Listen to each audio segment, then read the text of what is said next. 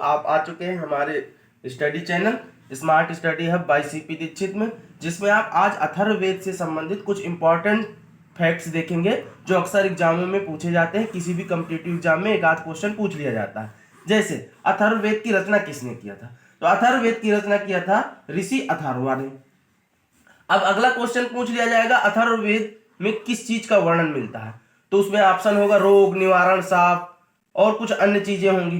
तो उसमें जैसे आप पढ़ लीजिए क्या क्या है इसमें। रोग निवारण, साप, जादू टोना, आशीर्वाद, वशीकरण, स्तुति, प्रायश्चित, औषधि, वन अनुसंधान, विवाह, प्रेम, राजकर्म, मातृभूमि, महात्मन आदि विविध विषयों से संबंध मंत्र तथा सामान्य मनुष्यों के विचारों, विश्वासों, अंधविश्वासों इत्यादि का वर्णन मिलता है। ठीक, तो ये चीज जरूर याद कर लीजिएगा क्योंकि इनमें से एक दो ऑप्शन रख देगा और पूछ लेगा आप लोगों से। ठीक, नेक्स्ट है अथर्ववेद किसके जन्म की निंदा करता है? अथर्ववेद में मिलता है किसके जन्म की निंदा? इसमें कन्याओं की जन्म की निंदा करता है ये। ठीक, नेक्स्ट एक क्वेश्चन बन सकता है प्रजापति की दो पुत्रियां किसे कहा गया? प्रजापति की दो पुत्रियां अथर्ववेद में प्रजापति की दो पुत्रियां का वर्णन है, उसमें किसको कहा गया? सभा और समिति को। सभा एवं समिति ये दोनों प्रजापति की दो पुत्रियां कहलाएं।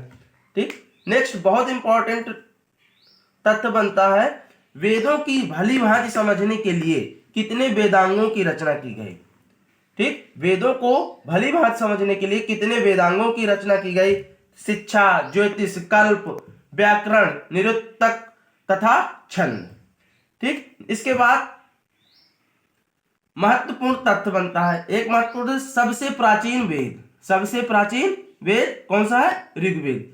अच्छा, आप लोगों को वीडियो अगर अच्छी लगती हो, एग्जाम ओरिएंटेड हो, तो वीडियो को लाइक करें और हमारे चैनल को सब्सक्राइब कर लीजिए। इसमें आपको सारा मटेरियल एग्जाम ओरिएंटेड मिलेगा। किसी भी कॉम्पिटिटिव एग्जाम की यदि आप प्रिपरेशन कर रहे हैं तो हमारा चैनल आपको बहुत हेल्प करेगा, इसलिए इसको सब्सक्राइब जरूर कर लें। सबसे बाद का वेद कौन सा है? अथर्ववेद। सबसे प्राचीन वेद ऋग्वेद, सबसे बाद का वेद अथर्ववेद। ठीक, नेक्स्ट परीक्षा उपयोगी जैसे अक्सर क्वेश्चन पूछता है विष्णु पुराण किस वंश से संबंधित है? तो मौर्य वंश से। मत्स्य पुराण किस वंश से संबंधित है? आंध्र सातवाहन वंश से। वायु पुराण किस वंश से संबंधित है? गुप्त वंश से। ठीक, वीडियो अच्छी लगी हो तो लाइक करें। नेक्स्ट है पुराणों में सबसे प्राचीन एवं प्रामाणिक पुराण किसे कहा जाता है? तो पुराणों में सबसे प्राचीन एवं प्रामाणिक पुराण कहा जाता है मत्स्य पुराण को। अब पुराणों के रचयिता कौन थे? पुराणों के रचयिता कौन थे? लोमहर्ष अथवा इनके पुत्र उग्रश्रवा। ये क्वेश्चन बहुत पूछा जाता है, पुराणों के रचयिता लोमहर्ष एवं उनके अथवा इनके पुत्र उग्रश्रवा। पुराणों की संख्या कितनी थी? पुराणों की संख्या है 18।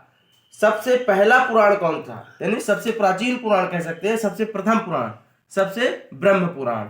सबसे छोटा पुराण मार्कंडेय पुराण और सबसे शक्तिशाली पुराण स्कंद पुराण। ठीक, इसमें सिर्फ वही है जो एग्जाम ओरिएंटेड है। ठीक है, बहुत शॉर्ट में और बहुत ही एग्जाम से रिलेटेड क्वेश्चन बनाए गए हैं। अधिकतर पुराण किस भाषा में लिखे गए? संस्कृत में। शतपथ ब्राह्मण में स्त्री को पुरुष का अर्धांगिनी कहा गया था। किसमें? शतपथ ब्राह्मण में। ऐसा क्वेश्चन आएगा कहां पर स्त्री को पुरुष का अर्धांगिनी कहा गया? तो शतपथ ब्राह्मण में। ठीक, स्मृति ग्रंथों में सबसे प्राचीन एवं प्रामाणिक स्मृति है मनुस्मृति। ठीक, यह शुंग काल का मानक ग्रंथ कहा जाता है। मनुस्मृति को क्या कहा जाता है? यह शुंग काल का मानक ग्रंथ कहा जाता है। सबसे प्राचीन और प्रामाणिक स्मृति है मनुस्मृति। ठीक, वीडियो अच्छा लगा हो तो लाइक जरूर करें।